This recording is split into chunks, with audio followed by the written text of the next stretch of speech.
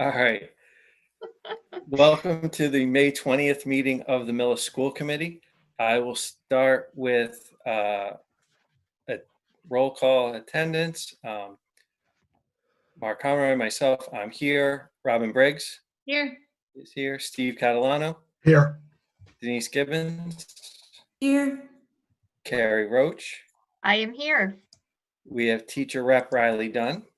Here. Student rep Ben Pedelka. Here. And Superintendent Nancy Gustafson. Here. All right. Let's start with, we'll start with our student and teacher reps. So Ben, why don't you go ahead?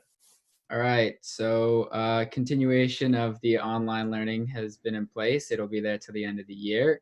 AP tests have been going on for the past week and this week, and the final AP tests will be this Friday. Millis ones will be AP Spanish this Friday. And there's been an announcement that graduation will be held whenever it is possible on the football field for all of the graduating seniors. Thanks, Ben. Riley? Sure. There are a lot of announcements this week, a lot of exciting things going on. So on the Clyde Brown remote learning page, there's a video that staff did for students organized by phys ed teacher Annette Tucker showing a virtual game of catch. Annette encouraged students to submit their own videos, and we'll be publishing a second version next week. Students worked from home to create artwork for the CFB Google Drawing Contest. The artwork is available to view online. They currently have 35 entries for this month's contest with the theme of nature. Students will vote online for their favorites in early June. At the middle school, midterm progress reports were mailed home last week. They appreciate all that families are doing to keep students engaged and on track at home. During the next 2 weeks, they will be returning students' locker belongings by homeroom. Families will be contacted with the date and time. If it's not convenient, there will be another pickup date announced in early June. Virtual book groups are happening in both the 6th and 7th grade. Mrs. Dibber holds lunchtime book talks from 11:45 to 12:15 with Google Meet. And the grade 7 book group meets next Tuesday, and the grade 6 group meets on Thursday. Interested students can email Mrs. Dibber or check their classroom page for a link. Teachers are continuing to connect with students and have students connect with each other in a variety of ways, including Google Meet for classrooms and advisories, It's Learning, Padlet, Jamboard, Flipgrid, and more.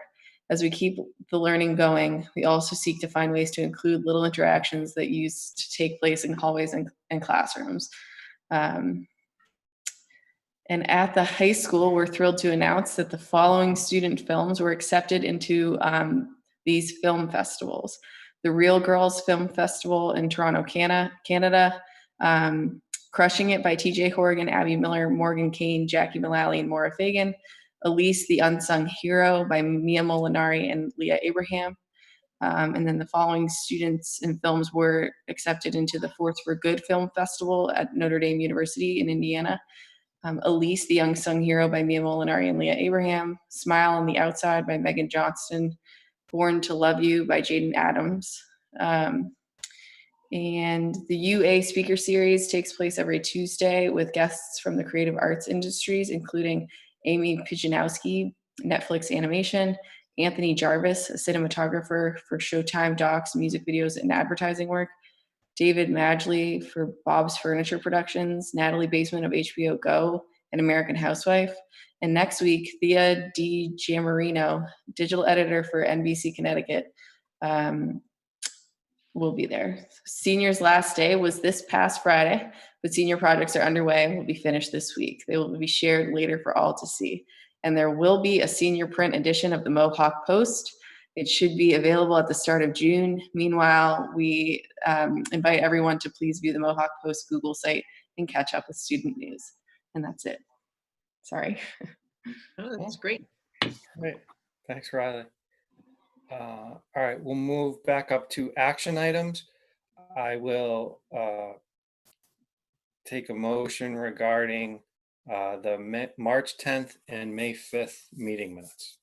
Mr. Chair, Mr. Catalano. I make a motion to approve the March 10th, 2020 school committee meeting minutes, as well as the May 5th, 2020 school committee meeting minutes. Okay. Second. Been moved and seconded. Any further discussion? All those in favor? Aye. Aye. Motion carries.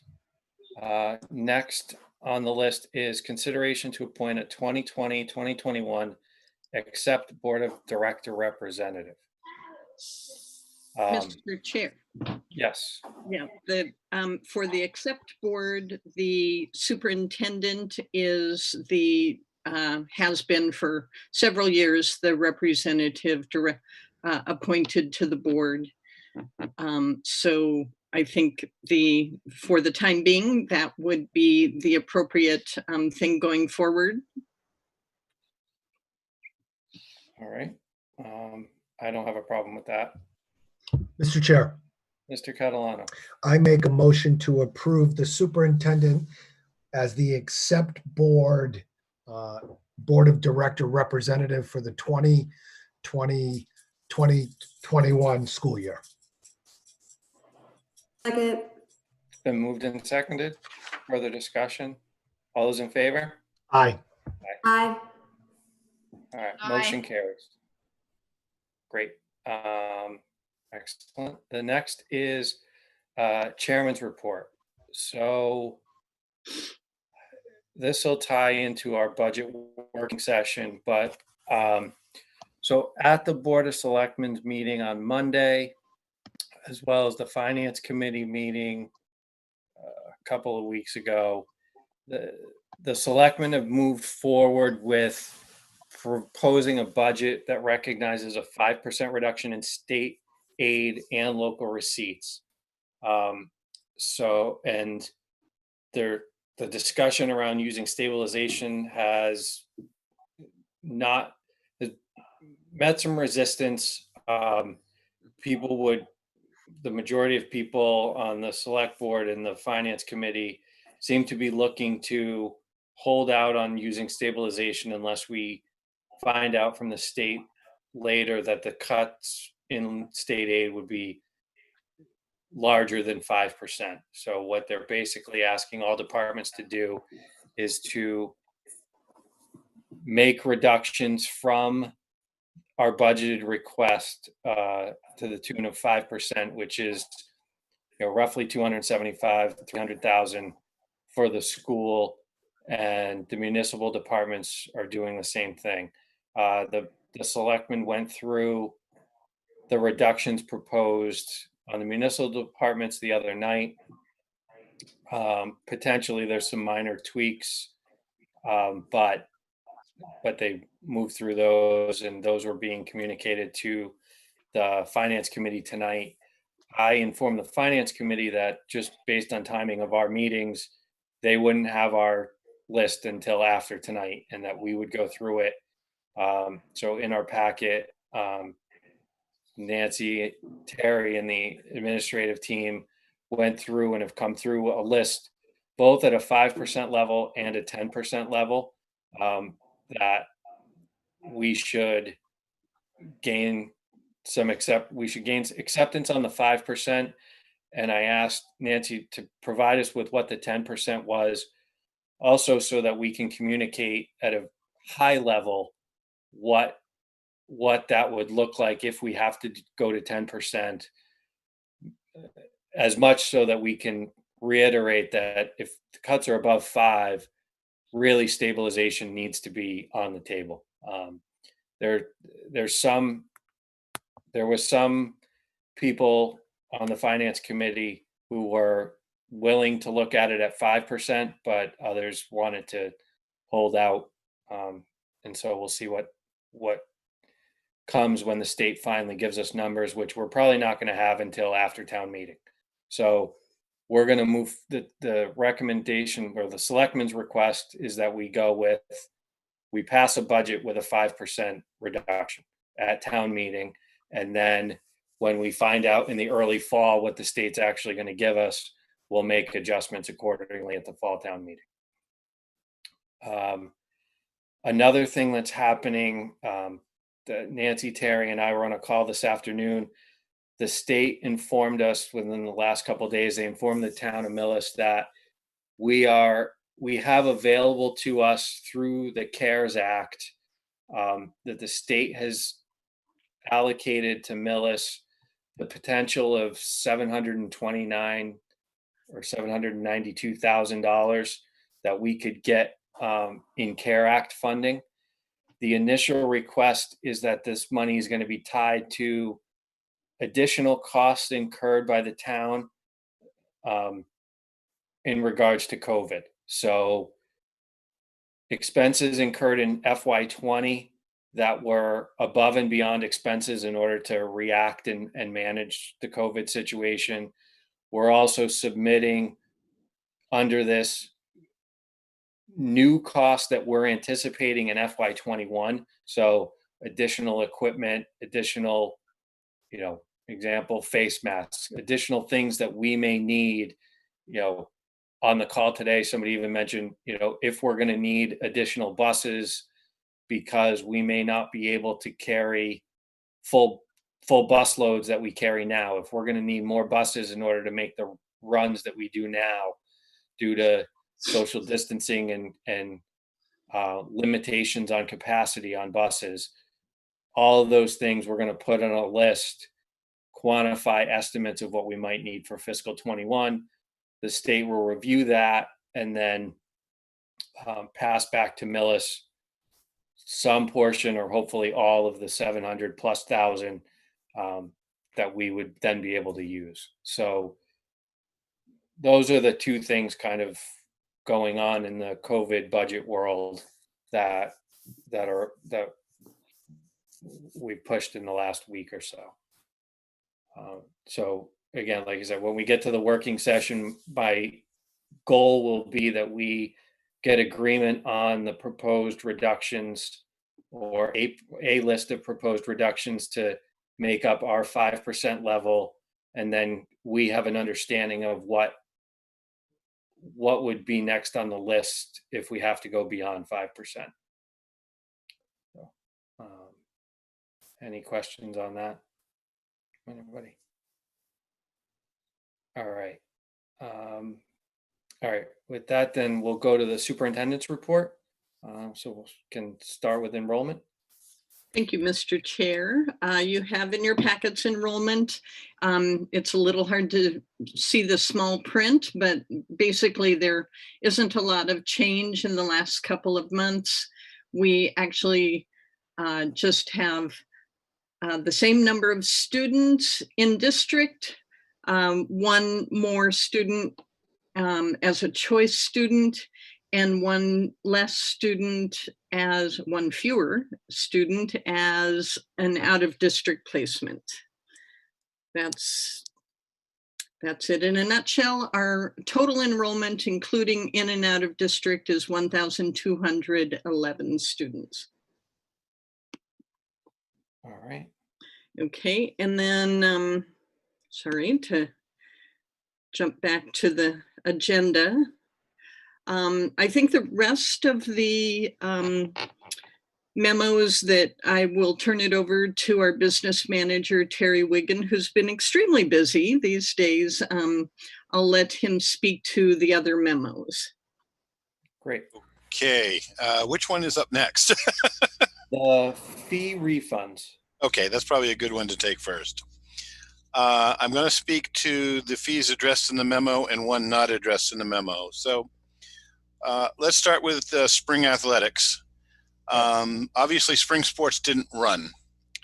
And this is probably the simplest of all of the fees, is that here, the cleanest method here is simply to refund the spring fees that were paid in. And we did stop taking fees. Some of them, as you know, we use UniPay for a lot of automatic fees.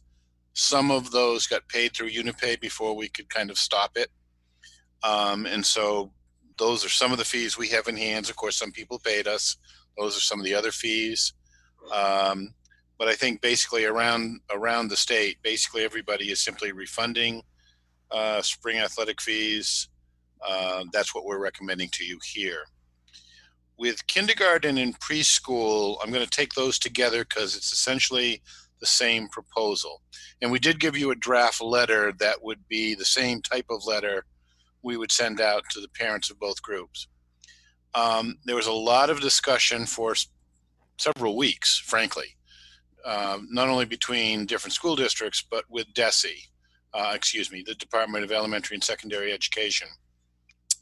And it really centered around, were you providing remote education to your preschool and kindergarten students? And the answer was yes.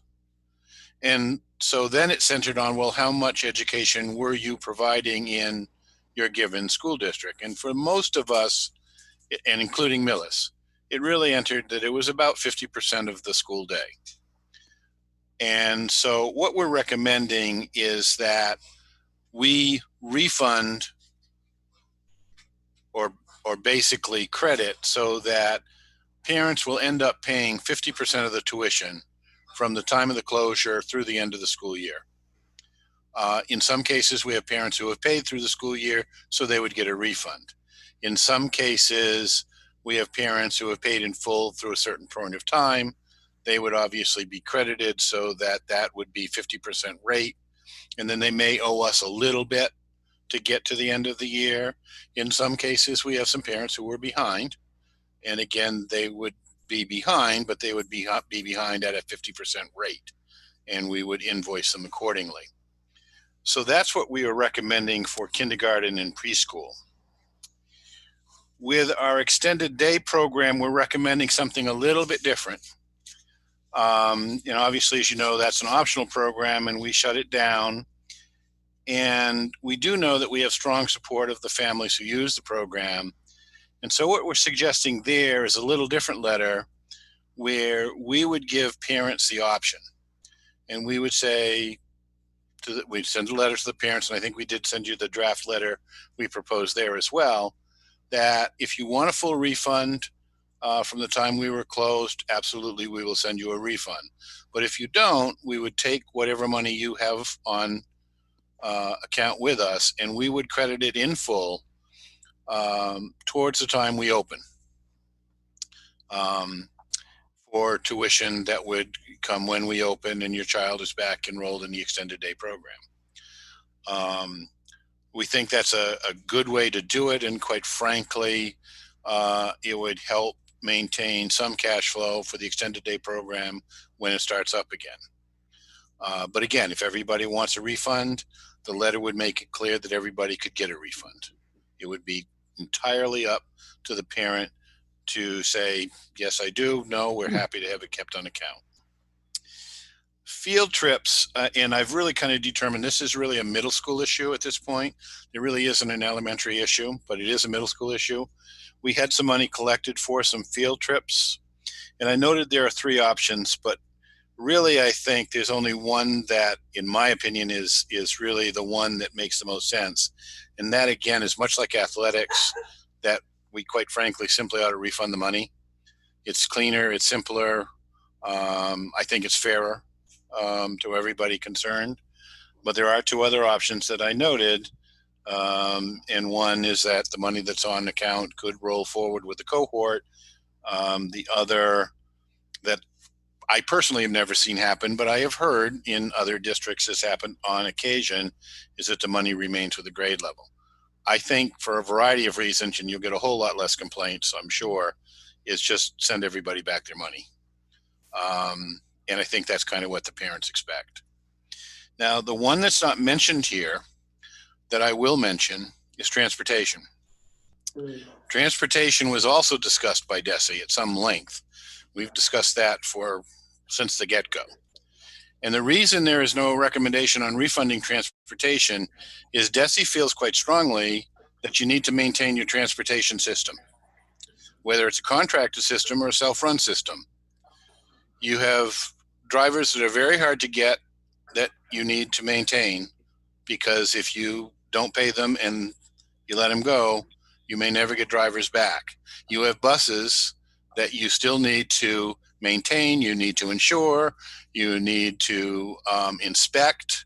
All of those things are still things you need to pay for to make sure you're ready to use those buses as early as the summer for a summer program. So you are maintaining a transportation system, even though, yes, we're not going around and picking up children. That's absolutely true. But we are maintaining the system.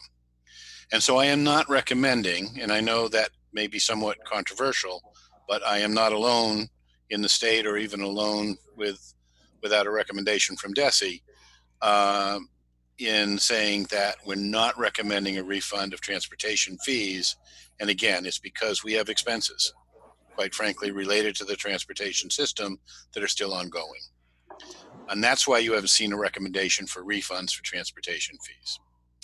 And at that, I will take any questions you have. So I guess what I'd like to do is, are there any questions, concerns, clarifications that anybody for the ones listed? So athletics, preschool, kindergarten, extended day. Mr. Chair, Ms. Roach. what type of remote learning are we doing with preschoolers? Just out of curiosity. So I can speak to at least some classes are getting 3 times a week, like circle time. They're being sent, some students are being sent work to do. Individual teachers are checking in. I know in some sped situations, there are teachers doing half-hour one-on-one sessions, either once or twice a week. So it's A little more difficult, but they're doing it. Yeah. Yeah. Yes. And Carrie, I have to say that was my first question as well. And I was actually fairly impressed with the types of things that are going on. Oh, yeah, I wasn't questioning. I was just curious and what they do with preschoolers. I mean, to have them sit still for any amount of time must be a challenge. It is, I'm sure, but it is happening.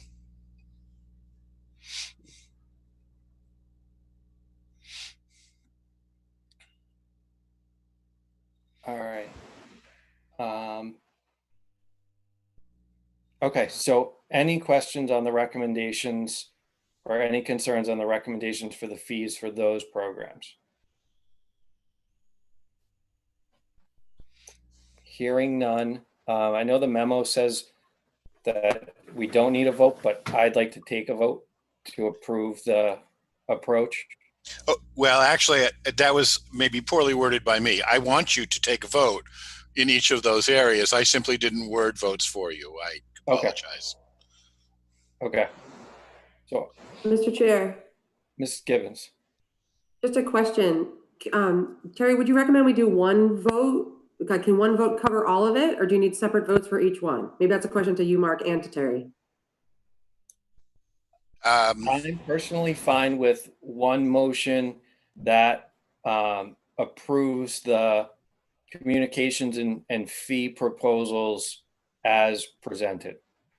Okay. All of them. Mr. Chair, Ms. Gibbons. I make a motion to approve all of the recommendations related to refunding the spring athletic fees, kindergarten fees, preschool fees, extended day options, and field trip fees outlined in the memo dated May 13th, 2020. Second. It's been moved and seconded. Any further discussion? All in favor? Aye. Aye. Good Mark, night, girls. Yep. I don't know if it's my connection or what, but I didn't hear anything Denise just said. So she made a motion to approve the recommendations for spring athletics, kindergarten fees, preschool fees, extended day options, and the field trips for the spring. As presented in the memo. Okay. Spring, preschool, extended day, and athletic, as presented. Yep. Okay. Great. And who second? I seconded it. Steve. Okay. Yep. And everybody's in favor? Yes. Yes. Yes. Yes. All right. So transportation fees. So I get conceptually, but I'm also struggling with it being a fee for service that we didn't provide, and whether there's some medium ground. I don't know what that is. I mean, how much, I guess I can look at it, how much of the school year did we complete? You know, we say 10 months, I don't, I think it's 9 weeks. that we didn't. That we Oh, no, won't it's gonna be complete. more than that. We're in I 9 think it's weeks right more. now. Yeah, I think it might be more. I think we may be in the 10th week right now. Let's see. So it'll definitely Yeah, be. April, May, So- June. Definitely all of April, 10. all of May on, and Yes, June. more like 3 months. yeah, more Yeah. like 12 weeks. Yeah, more like 12 weeks. Yeah. Actually, yeah. So basically 30% of the year, we just say school's 10 months. Yeah. So, I mean, I guess I could argue 70% of the service was provided. And so what do we do with the other 30%? I would, Mr. Chair, Mr. I Gallo? would like to do it. I don't want to lose the program. We've worked very hard to build it up, but I would like more information. I am not prepared and would suggest that we don't vote tonight. How much, and I fully stipulating that these may be small numbers, how much money did we save in gas? How much money did we save in maintenance? How much money did we save in overtime because spring's athletic buses weren't running? I'd like to be able to digest a number, and if necessary, I'm prepared to vote that we don't refund potentially, but I'm not ready for it yet. I'd like to see what, there has to be some cost savings, right? Because we're not paying the overtime, we're not hiring outside drivers or buses or the replacements. I understand that there's some level of maintenance that has to be done in inspections, but the fleet has been dormant. Mr. Chair, Ms. Briggs. I also wonder too, how many people have like paid in full versus the installments, and how many, like how many people we would necessarily need to refund if not everyone has paid that final installment, right? Because there's different ways to pay for transportation. Mhm. We can get both. We can get that information for you. Okay. But our budget's also built on everyone paying for the full 10 months. I know there's a question of how much money actually has to go out the door. Right. Never mind. I'm thinking out loud. No, but I think I know where you. I think I know where you're headed. Yeah. We build a budget based on projected revenue Sure. from the fee-based piece. So I maybe it's just a semantical game on paper, but it's still a question of what hard currency would have to leave the door. Right. Well, and there's also, if there's also a fairness piece too. If people didn't make the last installment and reached a point where now they don't have to, and we're not going to go chasing them for it because school's out, and so the people who paid full amount, are kind of, because they paid everything up front. Not on their radar because they paid it in July. Well, and they don't have, so we're holding their full value, but we're not going to the people who didn't pay it and making them pay for the end of their last installment to make them pay in full. Well, I guess that was part of my question. Like, has that last payment been made by the people that are on a payment plan? And actually, I believe so. I believe so. Okay. Yeah. I'm not aware of anybody in arrears on transportation. Okay. So, but we can, we'll go back and do a more, a full analysis and come with a recommendation. One option would be to credit for next year, just like we're doing with extended day. So we'll bring that to the committee at the next meeting if possible. Sure. And if you could put a dollar amount on that, so whatever credits, so whatever option, so we have an idea what it is, not just necessarily a percentage. That's fine. We can do that. Thank you, Terry. So the last issue is the kindergarten sliding scale memo. And this is actually a fairly simple one, I think. So we've had the sliding scale for a number of years, well before I came here. The problem is that back in 2017, the federal government stopped issuing this sliding scale, stopped increasing this sliding scale. So essentially what we've been doing is we've been taking the sliding scale, slapping a new year on it, and continuing to use it, but it's really never come back before the committee to decide whether or not you wanted to continue to do this. And technically, without committee adoption, we're not using anything that's official from the federal government, and we're not using anything that's official from you folks. So the question is, do we want to continue to use the sliding scale, number one?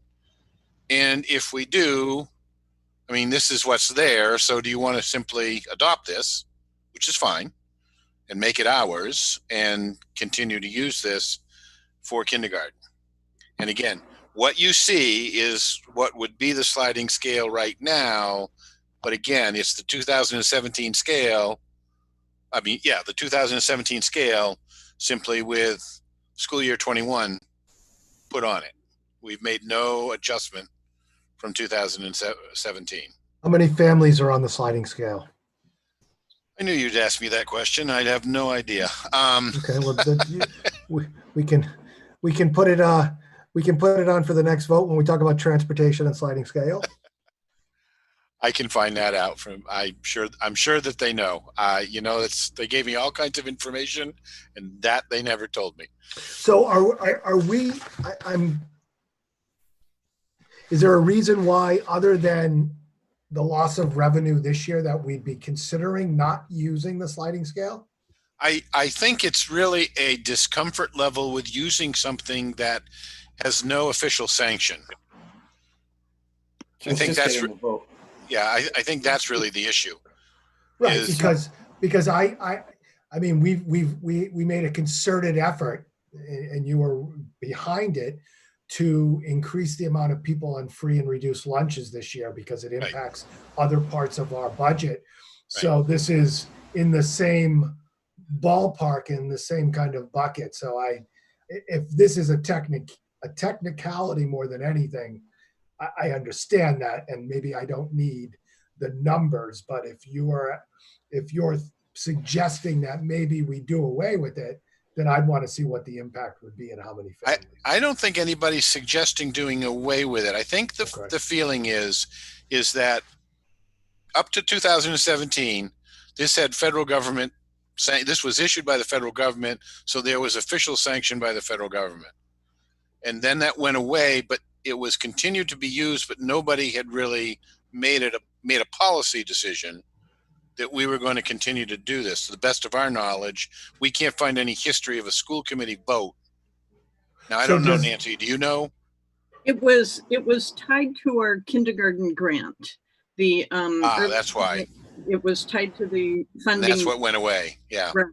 So it was federal money that went through the state grant for that helped fund kindergarten programs, and that grant funding disappeared back in 2017.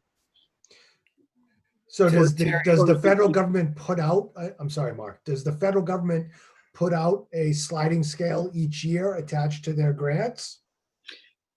They used to, and now not at all. Now I know we don't have it, so it's not a question of we just don't have it because we don't have a grant, or the federal government has no sliding scale at all for kindergarten.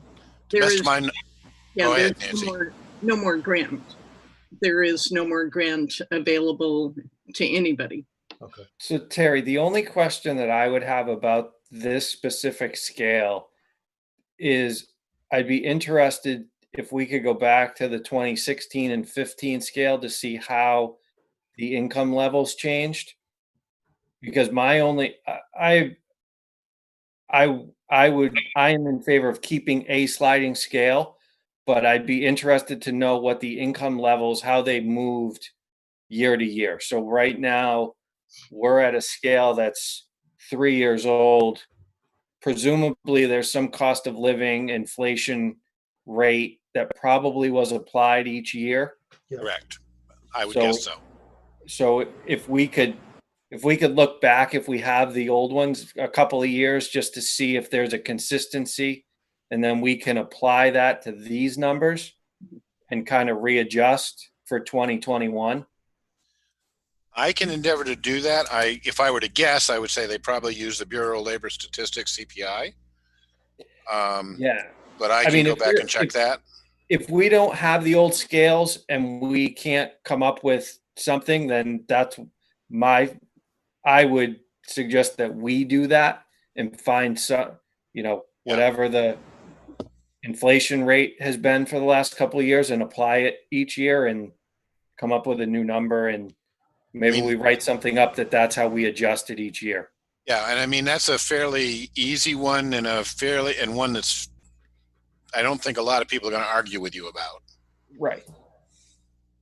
Yep. Except, Mr. Chair. Yep. I completely agree with that concept and the look back and the adjustment. I feel obligated to at least overstate the obvious that we're adjusting a sliding scale, albeit fairly, but in a time when we have 35 million people unemployed. And it's a bad time, and it may not be a good time for several years. I don't know. And I'm not suggesting the reality is I want to throw it out. The change to the scale would actually make presumably all of those numbers would go up, which would actually be beneficial to families. Oh, that's a good point. Because you're right. You're right. That I hear you. I'm sorry. Yeah. So that makes sense because everyone, even if it went up 2% a year, you're talking a 6% rise. Right. So now if you were in the third category, if your income didn't raise by 6%, you're now in the second category. Okay, that makes sense. Yeah, you'd be doing a good thing, not a bad thing. Yeah, I'm glad that I thought of that. Perfect. Jody, let the record. I'm helping the people. This is recorded. For posterity. I don't like the recognition, but yes, I'm trying to help people. That's what I do. Okay.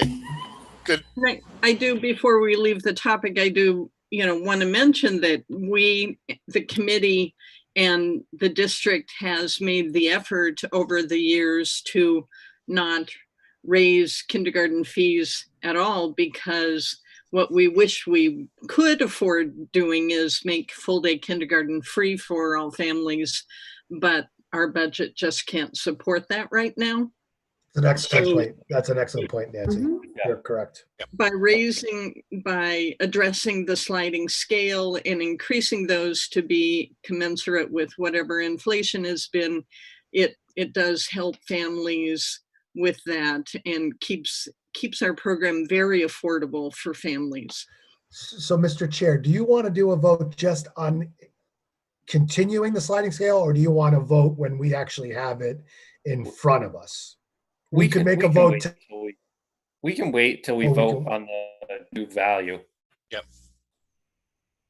Because it's not going to impact anything now. I'm sorry, you guys went in and out. What was it? What was the decision? We can wait till we have the actual numbers. Okay. I would just say that sooner rather than later for families that are just coming into kindergarten and having to look at the fees would be better. That's a good point. Yeah. Okay.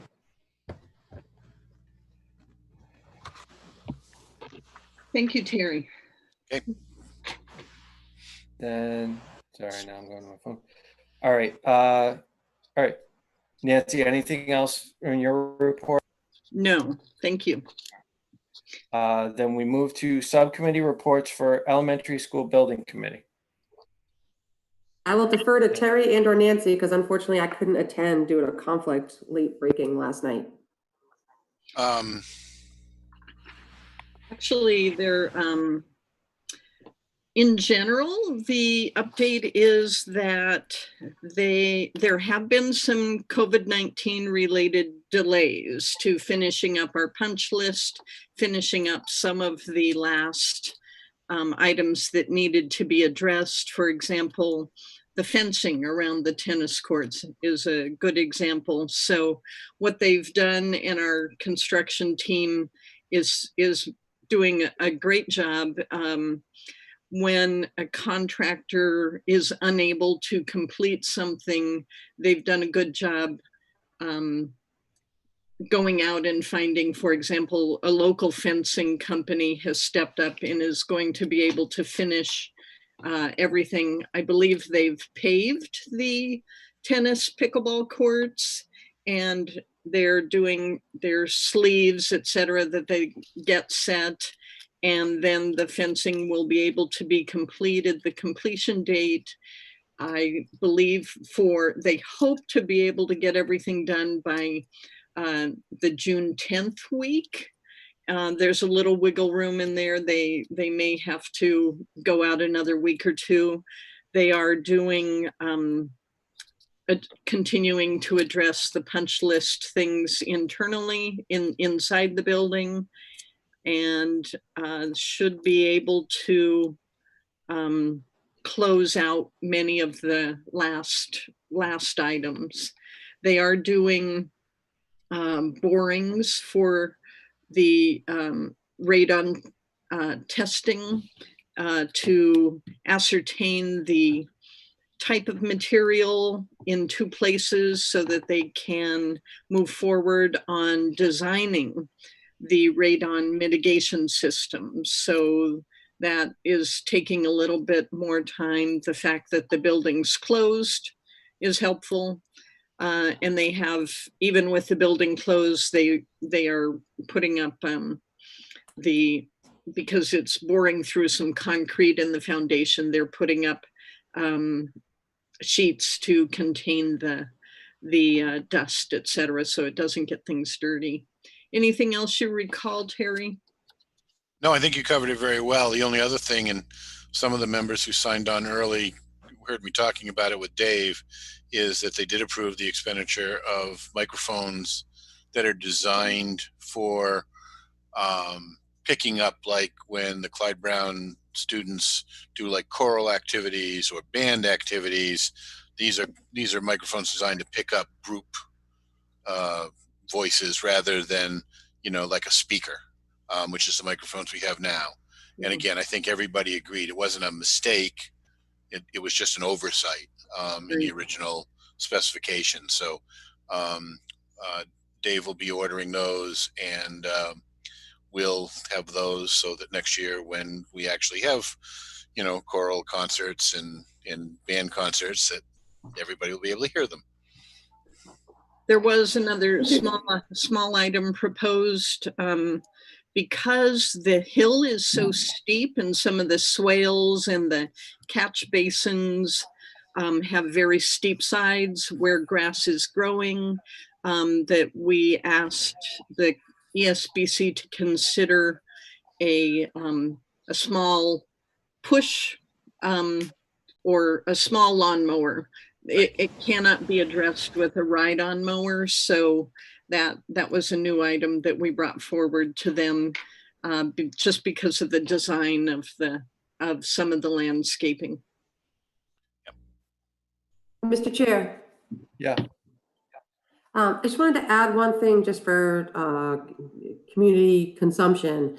So the superintendent had mentioned the radon borings. I just want to give a little bit of background on that. So I think, as everyone knows, there was radon testing that was done.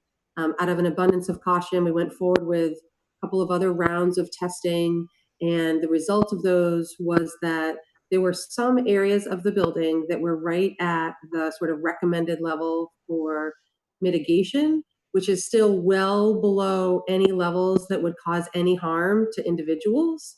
So again, out of an abundance of caution, what the ESBC approved was the installation of a radon mitigation system to ensure that we are bringing all the levels well below anything that could be harmful. So we're not in a harmful situation today. We are just at the point where mitigation is recommended, not required. So ESBC approved that unanimously, and that's what they're going forward with. So they're preparing for, as Nancy had mentioned, the design of the system. And once they get borings, they're just boring to make sure that they get it right and they find the most effective way to design it and to put it in. Excellent. Great. Thank you. Yeah. All right, then. I did get a text while we're meeting. If you wish, Joe Russo sent us the number of families. Let's see if I can interpret it, or I'll just wait and put it in the memo for next time, the number of families using the sliding scale. But thank you, Joe. All right, great. We don't have any old or new business, no correspondence, so we'll now just move to our working session on the budget, which in our virtual world doesn't really mean moving much of anywhere. So as I mentioned in the chairman's report, we are being asked to identify what the requirements would be for a 5% reduction in from our budgeted request. So the admin team has done that with Nancy and Terry. And I think I don't see that it was in our packet, so I don't know if we can share. Yeah, we'll reshare that. Okay. Terry, do you have it pulled up, the correct version to reshare? Yes, I do. That's why I can share it here quickly. Yeah. Oops, I just got to get to the right mouse. So are you planning to share it on the screen, or are you going to send it as an email so we can have a hard copy? I'm going to send it as an email. Okay. Actually, I don't know how to share it on the screen. Yeah, I just shared it via Okay. email. Oh, yeah. Was able Yeah, we got it. Okay. Okay. Yes, sorry about that. Share it and put it in the packet? Is this to go in the packet? Yeah, it'll have to. We're talking about it in open session. It was, sorry, Jody, it was part of the working session on the budget. Yeah. So hold on. I'm going to go. So I'll share it with you too, Jody. All right, I'll wait. Okay, I'm sharing it now. All right. So do people have it up? Because I can start walking through. Yep. Okay. Mark, all I see is revised budget total reduction. There's no breakdown on what the proposals are. So up to the green line is, so the first, I'm going to count them. Well, is it row 19, Mark? Is it row 19? Yeah, row 19. Is that the green line? Green row 19. Everything from the top, which